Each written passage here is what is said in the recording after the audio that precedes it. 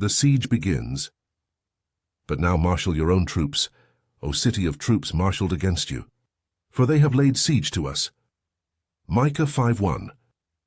Then upon his return to Israel he, that is Antichrist, will pitch the tents of his royal pavilion between the seas, that is the Mediterranean and the Dead Seas, near the mountain of the beauty of holiness, that is the Temple Mount in Jerusalem. But in spite of this, that is his hopes for success in the Battle of Armageddon, he will come to his end and no one will aid him then. Daniel 11:45. Woe to you, Ariel, Ariel, the city where David encamped, that is Jerusalem. Add year to year, let your festivals run their course, but I will besiege Ariel so that there will be mourning and lamentation, and she will become to me like an Ariel, literally, God's sacrificial altar. For I will beleaguer you round about with palisades, and surround you with siege works. You will be brought low and speak from the ground, and from the dust your speech will be humbled. Your voice will come ghost-like from the earth, and your speech will come muttering from the dust. But the multitude of your enemies will become like pulverized powder, even like chaff sweeping away on the wind, that multitude of ruthless enemies. And it will come to pass in an instant that you will experience visitation from the Lord of hosts himself, with thunder and quaking of the earth and a loud voice, with tempest and whirlwind and devouring flames of fire. And the hordes of the nations mustering against Ariel will become like just a dream in the visions of the night, even all those who camp against her and her fortress and besiege her. And it will be as when a hungry man dreams he is eating, but when he awakes his appetite remains unfulfilled, or as when a thirsty man dreams he is drinking, but when he awakes his thirst remains. This is how it will be for the multitude of all the nations who are going to marshal themselves against Mount Zion. Isaiah 29:1-8.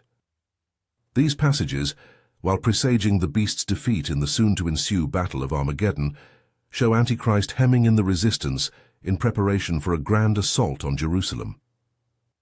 At his return our Lord will breathe courage and might into the defense, Isaiah 28:5-6, and Obadiah 1:18.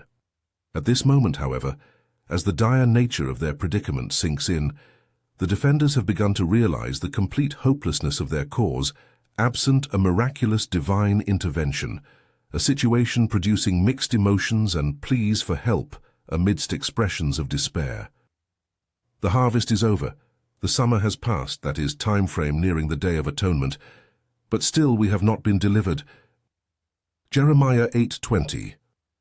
Proclaim this among the nations. Prepare a holy war. Rouse all the mighty men. Let all the men of war come near and come up to Jerusalem. Beat your plowshares into swords and your pruning hooks into spears. Let even the feeble man say, I too am a mighty man that is fit for service. Hurry and come from every direction that you may be assembled there.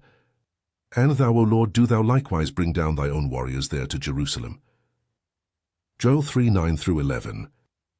You have rejected us, O God, and burst forth upon us. You have been angry, now restore us. You have shaken the land and torn it open. Mend its fractures, for it is quaking. You have shown your people desperate times. You have given us wine that makes us stagger. But for those who fear you, you have raised a banner to be unfurled against the bow. Selah, save us and help us with your right hand, that those you love may be delivered. God has spoken from his sanctuary. In triumph I will parcel out Shechem and measure off the valley of Succoth. Gilead is mine and Manasseh is mine. Ephraim is my helmet, Judah my scepter.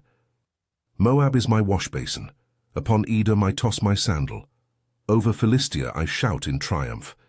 Who will bring me to the fortified city? Who will lead me to Edom?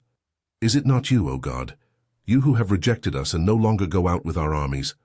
Give us aid against the enemy, for the help of man is worthless. With God we will gain the victory, and he will trample down our enemies. Psalm 60:1-12. For this one, that is the Messiah, will be our peace.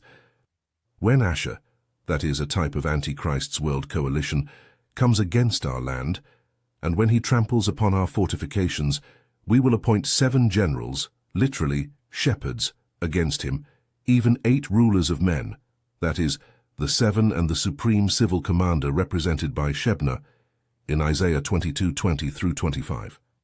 And Asher will ravage the land with the sword, even the people of Nimrod right up to the very entrances to Jerusalem. Micah 5:5 and 6. For I will assemble all the nations to Jerusalem for war, and the city will be captured, and its houses will be plundered, and its women will be ravished, and half the city will go into exile, but the rest of the people will not be cut off from the city. Zechariah 14:2.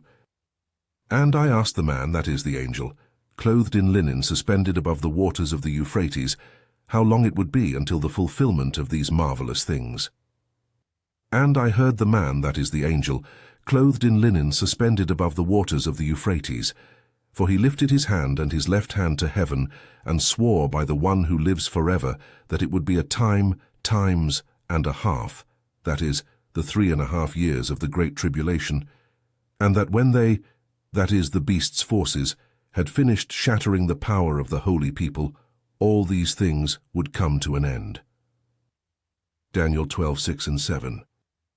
As the last two passages in particular demonstrate, all resistance will prove vain, for it has not been of God. The Lord will allow the power of the holy people to be shattered, and Jerusalem to be captured, and on the point of going completely into exile, and then he will arise to deliver his people.